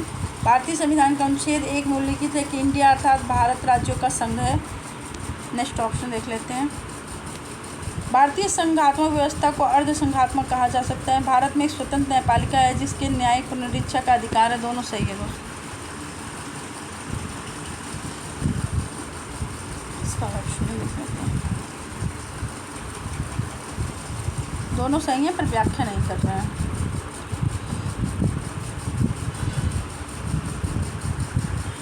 एक्सप्लेनेशन देख लेते हैं। भारत के संविधान का वर्णन विभिन्न प्रकार से किया गया है। इसमें अर्धसंघीय कहा गया, इसे अर्धसंघीय कहा गया है। इसे संघीय किंतु प्रबल एकात्मक अर्थात केंद्र समर्थक भी कहा गया है। संरचना में संघीय किंतु भावना में एकात्मक, सामान्य स्थिति में संघीय किंतु आपात स्थिति में पूर्णतः एकात्मक रूप में परिवर्तित हो जाने के इसके गुण के कारण इसे अर्धसंघात्मक कहा गया है। भारतीय संविधान में स्वतंत्र न्यायपालिका का प्रावधान है तथा सर्वोच्च न्यायालय को न्यायिक पुनरीक्षण की शक्ति प्राप्त है। संविधान के विभिन्न अनुच्छेदों अनुच्छेद 13, 32, 131, 136, 141, 143, 226, 227, 245, 246 और 372 आदि के उपबंध प्रत्यक्ष या अप्रत्यक्ष रूप से न्यायपालिका को न्यायिक पुनर्विलोकन की शक्ति प्रदान करते हैं। भारतीय संविधान अर्धसंघात्मक है। भारतीय संविधान न तो संघात्मक है ना ही एकात्मक है। ये और दोनों सही है, उसकी व्याख्या भी कर रहा है दोस्तों। ये और आर दोनों सही है और उसकी व्याख्या भी कर रहा है। एक्सप्लेनेशन देख लेते हैं। भारत के संविधान का वर्णन विभिन्न प्रकार से किया गया है। इसे अर्धसंघीय कहा गया है। इसे संघीय एकात्मक भी कहा गया है, किंतु प्रबल एकात्मक और केंद्र समर्थक भी कहा जाता है। इसे संरचना में संघीय किंतु भावना में एकात्मक, सामान्य स्थिति में संघीय किंतु आपात स्थिति आदि के सृजन में पूर्णतः एकात्मक रूप में परिवर्तित किया जा सकने वाला कहा गया है। भारतीय संविधान मूलतः संघात्मक है परंतु उसमें केंद्रीकरण की प्रवृत्ति प्रबल है। इस मत का समर्थन संविधानविद दुर्गादास बसु भी करते हैं। परंतु भारतीय संविधान न तो पूर्णतः संघात्मक है और न ही पूर्णतः एकात्मक, बल्कि दोनों का मिश्रण है और इसी कारण इसे अर्धसंघात्मक कहा जाता है। अर्धसंघात्मक कहा जाता है। नेक्स्ट क्वेश्चन देख लेते हैं। भारतीय संविधान की प्रकृति क्या है? तो प्रकृति इसमें से भारतीय संविधान की प्रकृति इसमें संघीय एकात्मक, संघीय भी है एकात्मक भी है, संसदीय भी है। प्रकृति में संघीय किंतु भावना में एकात्मक, तो इसमें यही है, प्रकृति में संघीय किंतु भावना में एकात्मक।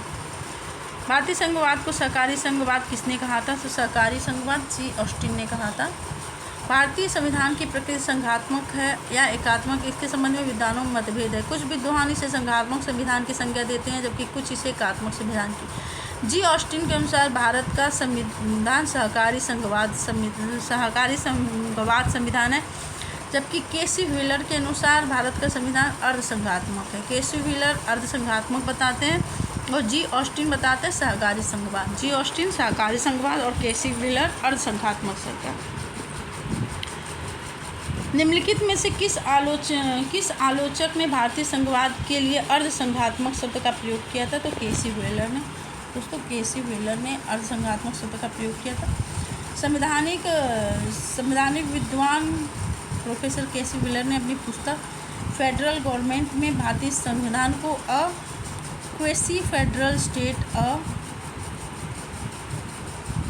Unitary state with subsidiary federal feature कहा। इसी कारण उन्हें अर्धसंघात्मक की संकल्पना के जनक के रूप में उद्धृत किया गया है। क्वेसी फेडरल मतलब अर्धसंघात्मक का आशय ऐसे संविधान से जिसमें संघीय और एकात्मक दोनों तत्व विद्वान हो, परंतु केंद्र को अपेक्षाकृत अधिक शक्तियाँ प्राप्त हैं। किसने कहा था कि भारत एक अर्धसंघात्मक है? तो केसी व्हीलर ने कहा था कि भारत एक अर्धसंघात्मक सरकार है। सूची को सूची 2 से सुमेलित कीजिए तथा उसके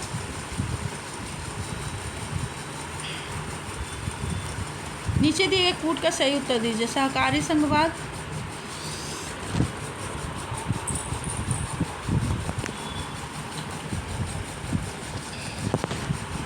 सौदेबाजी संघवाद, अर्धसंघवाद, केंद्रीकृत। तो दोस्तों अर्धसंघवाद केसी व्हीलर ने कहा था, अर्धसंघवाद इसमें हो जाएगा 1 केंद्रीकरण प्रवृत्ति वाला संघवाद, केंद्रीकरण प्रवृत्ति वाला संघवाद। 2 इसको कहा था केंद्रीकरण प्रवृत्ति वाला संघवाद। आइवर जोनिंग से सहकारी संघवाद जो है, सहकारी संघवाद, इसका ऑप्शन सी होगा दोस्तों। 4, 3, 1, 2 एक्सप्लेनेशन पढ़ लेते हैं। सहकारी संघवाद कहाँ है? ग्रैनविल ऑस्टिन ने। सौदेबाजी संघवाद मॉरिस जोन्स। अर्धसंघवाद केसी व्हीलर। केंद्रीकरण की प्रवृत्ति वाला संघवाद आइवर जेनिंग्स।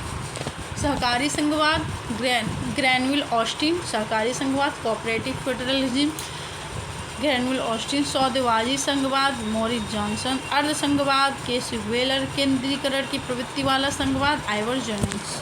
नेक्स्ट क्वेश्चन देख लेते हैं। भारतीय संविधान के विषय में निम्नलिखित कथनों में से निम्न में से कौन सा कथन सही है? भारतीय संविधान अधिक कठोर और अधिक लचीले के मध्य एक अच्छा संतुलन है। ये केसी व्हीलर ने कहा था।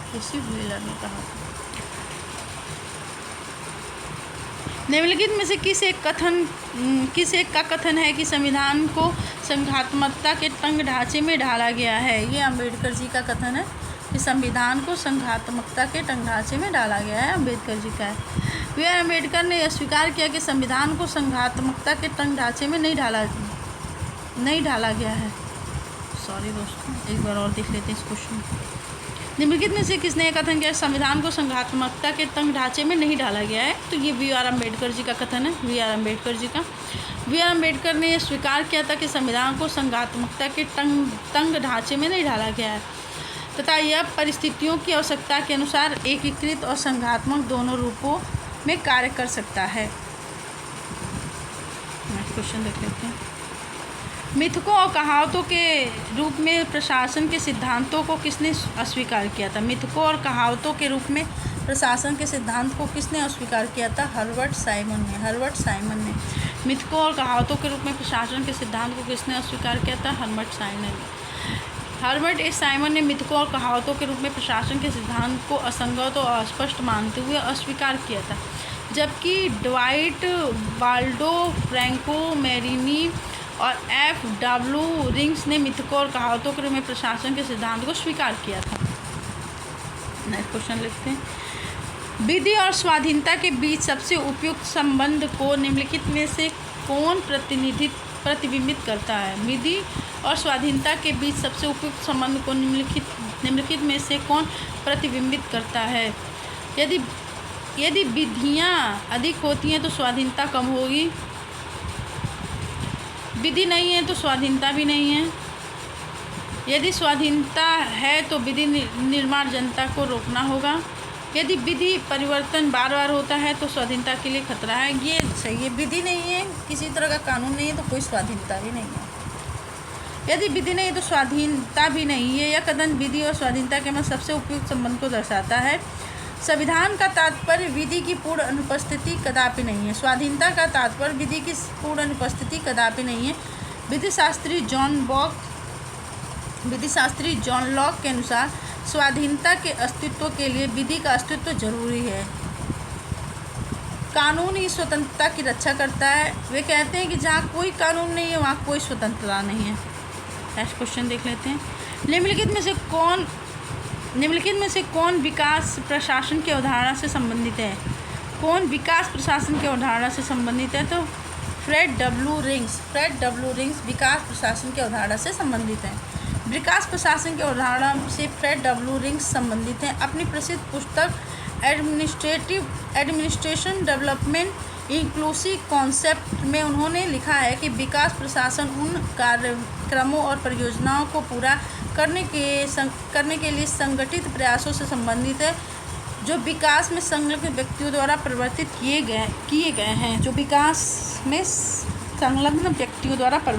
गए हैं। निम्नलिखित में से कौन सा एक चिंतक लोक प्रशासन तथा निजी प्रशासन में समानताओं का समर्थक है? लोक प्रशासन और निजी प्रशासन में समानताओं का समर्थक है हेनरी फ्योल। कौन है? Henry Fayol. इसका एक्सप्लेनेशन पढ़ लेते हैं दोस्तों।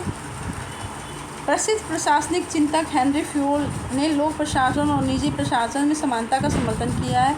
इसके अनुसार अब हमारे सामने अनेक प्रकार के प्रशासन विज्ञान नहीं अपितु केवल एक ही प्रशासन है जिसे सार्वजनिक और निजी मामलों में समान रूप से उपयोग में लाया जाता है। नेक्स्ट क्वेश्चन देख लेते हैं। यदि हमारी सभ्यता विफल होती है तो यह मूलतः प्रशासन के ध्वस्त होने के कारण होगा। यह कथन किसका है? यह है W.V. डॉनहम का है कि यदि हमारी सभ्यता विफल होती है तो यह मुख्यतः प्रशासन के ध्वस्त होने का कारण होगा। W.V. डॉनहम ने कहा कि यदि हमारी सभ्यता असफल होती है तो इसका मुख्यतः प्रशासन के पतन का कारण है। नेक्स्ट क्वेश्चन देख लेते हैं। गणतंत्रीय अवधारणा से संबंधित निम्नलिखित में से कौन सा कथन सही नहीं है? इसमें एक राज्य जिसमें जनता सर्वोच्च शक्ति निर्वाचित प्रधान में निहित होगी। सर्वोच्च शक्ति एक राजा के समान एक ही व्यक्ति में निहित होगी। नहीं, सर्वोच्च शक्ति एक राजा के समान एक व्यक्ति में निहित नहीं होगी। इसका ऑप्शन सी इसका एक्सप्लेनेशन देख लेते हैं। प्रश्नगत विकल्पों में सी गणतंत्रीय अवधारणा से संबंधित नहीं है जबकि अन्य विकल्प प्रस्तुत गणतंत्रीय अवधारणा से संबंधित है। एक ऐसी सरकार जो जनता द्वारा निर्वाचित प्रतिनिधियों की होगी, ये सही है। एक राज्य जिसमें जनता सर्वोच्च, ये भी सही है। सर्वोच्च शक्ति निर्वाचित प्रधान में निहित होगी और एक ऐसी सरकार जो जनता द्वारा निर्वाचित प्रतिनिधियों की हो, ये भी सही है। नेक्स्ट क्वेश्चन देख लेते हैं। निम्नलिखित में से किनको विधि का शासन के प्रमुख लक्षणों के रूप में माना जाएगा? विधि के शासन के प्रमुख लक्षणों के रूप में माना जाएगा तो इसको देख लेते हैं। शक्तियों का परिसीमन, विधि की क्षमता, सरकार के प्रति जन उत्तरदायित्व, स्वतंत्रता और नागरिक अधिकार। 1, 2, 4 इसका सही है और आंसर है दोस्तों ऑप्शन सी इसका सही आंसर है। अब पढ़ लेते हैं इसका। प्रोफेसर डायसी ने 1885 में अपनी पुस्तक द लॉ ऑफ कॉन्स्टिट्यूशन में विधि के शासन के 3 लक्षण दिए हैं। विधि की सर्वोपरिता, इसका तात्पर्य विधि सर्वोच्च है तथा राज्य की या व्यक्ति की स्वेच्छाचारिता का अभाव होना, अर्थात किसी भी व्यक्ति को केवल विधि के उल्लंघन हेतु दंडित किया जा सकता है। किसी भी व्यक्ति को केवल विधि के उल्लंघन हेतु दंडित किया जा सकता है, अन्य किसी हेतु नहीं। स्वेच्छाचारिता का अभाव शक्तियों के परिसीमन के रूप में प्रतिबिंबित होता है।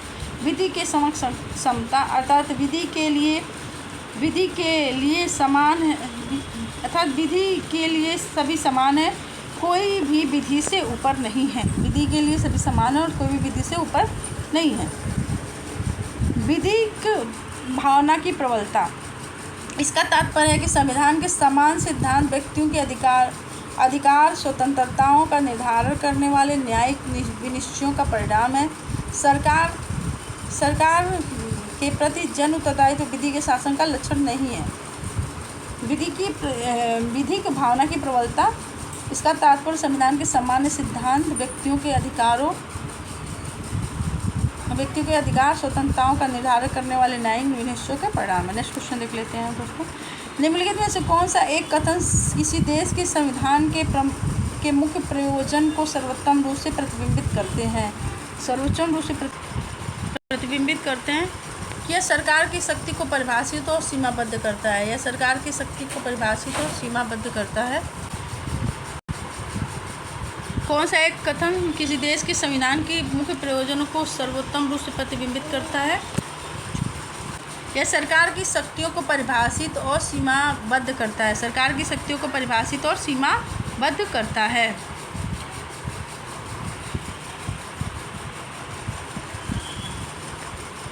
किसी देश के संविधान का मुख्य उद्देश्य सरकार की प्रकृति और स्वरूप की एक रूपरेखा तैयार करना है।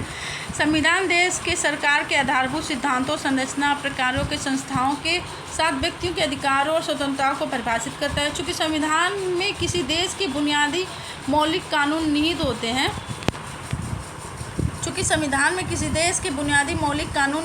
हैं अतः सरकार के विभिन्न अंगों यथार्थ विधायिका, कार्यपालिका और न्यायपालिका के उत्तरदायित्व का भी निर्धारित करता है। विधायिका संविधान में दिए गए निर्देशों और सीमाओं को ध्यान में रखते हुए कानून का निर्माण करती है। इस प्रकार यह स्पष्ट हो जाता है कि किसी देश के संविधान का मुख्य प्रयोजन सरकार की शक्तियों को परिभाषित और सीमाबद्ध करना है। नेक्स्ट क्वेश्चन देख लेते हैं। निम्नलिखित कथनों पर विचार कीजिए। संवैधानिक सरकार वह है जो राज्य की सत्ता के हित में व्यक्ति की स्वतंत्रता। संवैधानिक सरकार में सरकार की शक्ति का स्रोत संविधान होता है। संवैधानिक सरकार व्यक्ति की स्वतंत्रता के हित में राज्य की सत्ता पर प्रभावशाली प्रतिबंध लगाती है। वस्तुतः राज्य की निरंकुश सत्ता से व्यक्ति की स्वतंत्रता के हितों को सुरक्षित रखने के उद्देश्य से ब्रिटेन और अमेरिका में संविधानवाद का उदय हुआ। एक संवैधानिक सरकार में नागरिकों की स्वतंत्रताओं के संरक्षण हेतु संस्थागत क्रियाविधि भी विद्यमान रहती है। नेक्स्ट क्वेश्चन देख लेते हैं।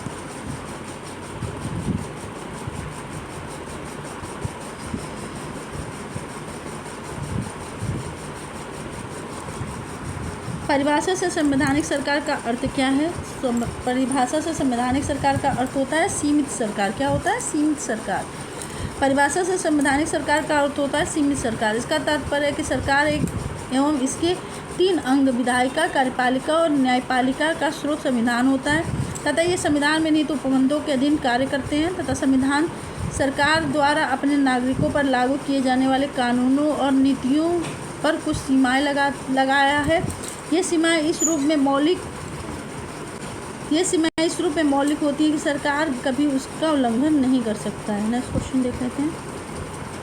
संवैधानिक सरकार का आशय क्या है? तो संवैधानिक सरकार का आशय है कोई सरकार जो संविधान की सीमाओं से परिबद्ध हो।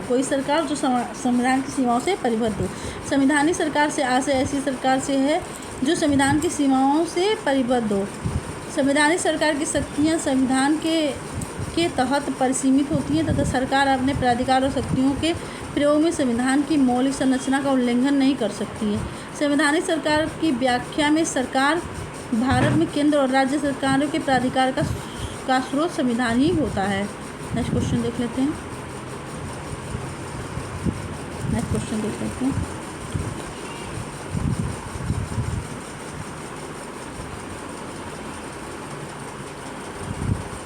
राज्य व्यवस्था के संदर्भ में निम्नलिखित में से एक को आप स्वतंत्रता की सर्वाधिक उपयुक्त व्याख्या के रूप में स्वीकार करेंगे तो स्वयं को पूर्णतः विकसित करने का अवसर।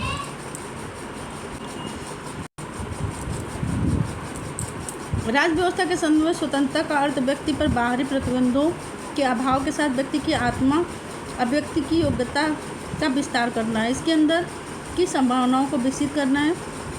राजनीतिक शासकों की तानाशाही के विरुद्ध संरक्षण, नियंत्रण और अभाव एवं इच्छानुसार कुछ भी करने की अवसर स्वतंत्रता के पहलू हैं, परंतु ये पूर्णतः एक उपयुक्त अर्थ में स्वतंत्रता की व्याख्या नहीं करते हैं। वस्तुतः किसी व्यक्ति की स्वतंत्रता की सीमा पर उस समय प्रतिबंध लगाना अनिवार्य हो जाता है जब वो दूसरों की स्वतंत्रता को बाधित करने लगते हैं। नियंत्रण का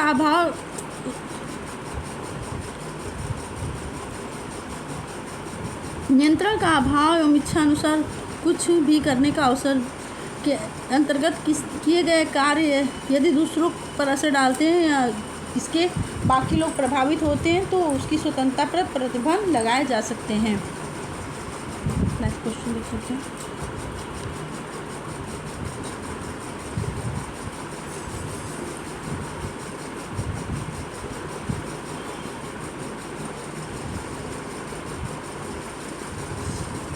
वहीं स्वयं को पूर्णतः विकसित करने का अवसर स्वतंत्रता की वह शक्ति है जिसमें लोग अपनी रचनात्मकता और क्षमताओं का विकास करते हैं और इस अर्थ में स्वतंत्रता व्यक्ति की रचनाशीलता, संवेदनशीलता और क्षमताओं के भरपूर विकास को बढ़ावा देती है।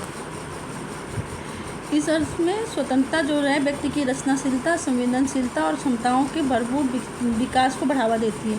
यह विकास खेल, विज्ञान, कला, संगीत और निवेश जैसे क्षेत्र में हो सकता है। नेक्स्ट क्वेश्चन देखते हैं। समाज में समानता के होने का एक निहितार्थ ये भी है कि उसमें विशेषाधिकारों का अभाव होता है। उसमें क्या होता है? विशेषाधिकारों का अभाव होता है। इसका एक्सप्लेनेशन देख लेते हैं। समानता का एक सामान्य अर्थ यह भी है कि रंग, नस्ल, धर्म, जाति, लिंग आदि के आधार पर किसी व्यक्ति के साथ भेदभाव नहीं किया जा सकता है और किसी व्यक्ति के विशेषाधिकार भी नहीं दिया जा सकता है। अतः समाज में समानता के होने का एक निहितार्थ ये भी है कि उसमें विशेषाधिकार का अभाव हो। नेक्स्ट क्वेश्चन देख लेते हैं।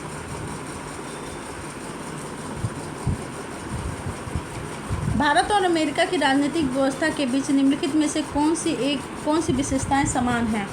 तो भारत और अमेरिका में कौन सी विशेषताएं समान हैं? राष्ट्रपति के पास पॉकेट वीटो। क्या है? राष्ट्रपति के पास जो पॉकेट वीटो की शक्ति है यही दोनों में समान है। अवशिष्ट शक्तियाँ केंद्र के पास, अवशिष्ट शक्तियाँ राज्यों के पास। उच्च सदन में कुछ मनोनीत सदन, ये कुछ नहीं है। बस राष्ट्रपति के पास पॉकेट वीटो, ये दोनों में समान है। इसका एक्सप्लेनेशन पढ़ देते हैं। किसी विधेयक पर कोई भी कार्यवाही सकारात्मक या नकारात्मक न करने की शक्ति राष्ट्रपति की शक्ति पॉकेट वीटो के रूप में जानी जाती है। भारतीय राष्ट्रपति तथा अमेरिकी राष्ट्रपति दोनों ही पॉकेट वीटो शक्ति रखते हैं। यद्यपि अमेरिकी राष्ट्रपति की यह शक्ति भारतीय राष्ट्रपति की शक्ति के सापेक्ष छोटी है, क्योंकि उसे अमेरिकी कांग्रेस के सत्र में रहने या विधेयक पर कोई कार्रवाई न किए जाने की स्थिति में 10 दिन रविवार को छोड़कर में विधेयक को वापस करना होगा। अंततः वह स्वतः कानून बन जाता है। इस अवधि में यदि कांग्रेस स्थगित हो और विधेयक लौटाना संभव न हो तब राष्ट्रपति के हस्ताक्षर न करने पर विधेयक पॉकेट वीटो के रूप में निरस्त हो जाता है। तथापि भारतीय संविधान में राष्ट्रपति हेतु ऐसी किसी भी समयावधि का उल्लेख नहीं है। प्रश्नगत विकल्पों में भारत और अमेरिका में राजनीतिक व्यवस्थाओं के बीच पॉकेट वीटो की शक्ति विशेषता ही समान है। भारत में अवशिष्ट शक्तियाँ केंद्र के पास हैं, जबकि अमेरिका में राज्यों के पास हैं। अमेरिका में उच्च सदन के सभी अस्थायी सीनेट प्रत्यक्षतः निर्वाचित होते हैं, जबकि भारत में उच्च सदन में राष्ट्रपति द्वारा 12 मनोनीत होते हैं। नेक्स्ट क्वेश्चन देख लेते हैं। दूसरे प्रशासनिक आयोग के कौन से प्रतिवेदन में भारत में सुशासन की बाधाओं की पहचान की थी? तो भारत में सुशासन की बाधाओं की कौन सी पहचान की थी उन्होंने? ई शासन को बढ़ावा देना, स्थानीय शासन, भारत में नैतिकता, नागरिक केंद्रित प्रशासन, शासन के केंद्र बिंदु। ऑप्शन बी सही है, नागरिक केंद्रित प्रशासन, शासन का केंद्र बिंदु। इसका एक्सप्लेनेशन पढ़ लेते हैं दोस्तों। द्वितीय प्रशासनिक सुधार आयोग ने के प्रतिवेदन संख्या 12 में नागरिक केंद्रित प्रशासन, शासन के केंद्र बिंदु में भारत में सुशासन की बाधाओं की पहचान की गई और सुशासन के आवश्यक कुछ शर्तों का उल्लेख किया गया। नेक्स्ट क्वेश्चन देख लेते हैं। भारतीय संघवाद में विविधताओं में एकता को प्रोन्नत करने हेतु निम्नलिखित में से किस संस्थानों को आवश्यक माना है? तो ये है अंतर्राज्य परिषद और राष्ट्रीय विकास परिषद, वित्त आयोग और क्षेत्रीय परिषद, एकल न्यायिक व्यवस्था और अखिल भारतीय सेवाएं, सभी हैं दोस्तों। इसका एक्सप्लेनेशन पढ़ लेते हैं। भारतीय संघवाद में विविधताओं में एकता को प्रोन्नत करने हेतु उपरोक्त सभी संस्थाओं को आवश्यक माना गया है। अंतर्राज्यीय परिषद और राष्ट्रीय विकास परिषद, वित्त आयोग और क्षेत्रीय परिषद, एकल न्यायिक व्यवस्था और अखिल भारतीय सेवाएं भारतीय संघवाद में विविधता में एकता प्रोत्साहित करते हैं, जिसमें संघ और राज्य आपस में जुड़े रहते हैं।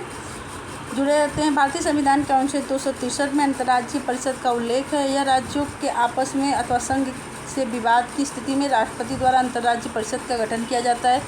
योजनाओं के निर्माण में राज्यों की भागीदारी के लिए राष्ट्रीय विकास परिषद की स्थापना की जाती है। इसके अध्यक्ष प्रधानमंत्री तथा सदस्य राज्यों के मुख्यमंत्री होते हैं। संघ और राज्यों के बीच करों के शुद्ध आगामों के वितरण तथा भारत की संचित नीति में से राज्यों के राजस्व भारत की संचित निधि में से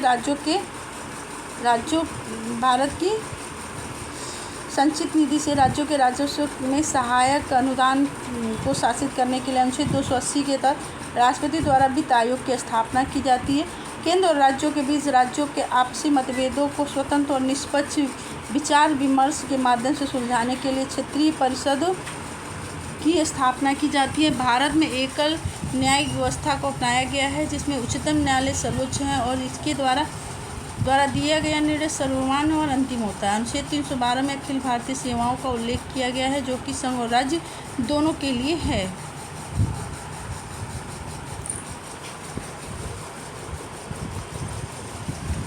निम्नलिखित में से किस दशक में भारत की संसदात्मक व्यवस्था केंद्रीय संघवाद की ओर खिसकी थी? तो भारत की संघात्मक व्यवस्था केंद्रीय संघवाद की ओर खिसकी थी 1960 के दशक में।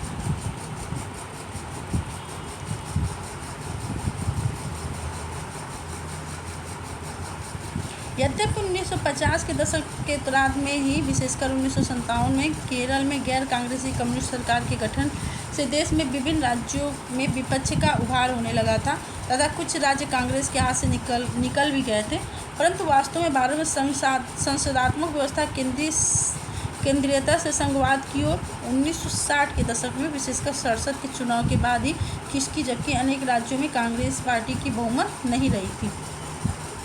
तो दोस्तों, आज का टॉपिक यहीं ख़त्म करते हैं। आज का टॉपिक बहुत लंबा हो गया है, क्वेश्चन भी ज़्यादा थे, करीब 83 क्वेश्चन थे दोस्तों। तो मिलते हैं फिर नेक्स्ट टॉपिक में। आज के लिए बस इतना ही। नमस्कार, बाय बाय। मन लगा के पढ़ाई कीजिए।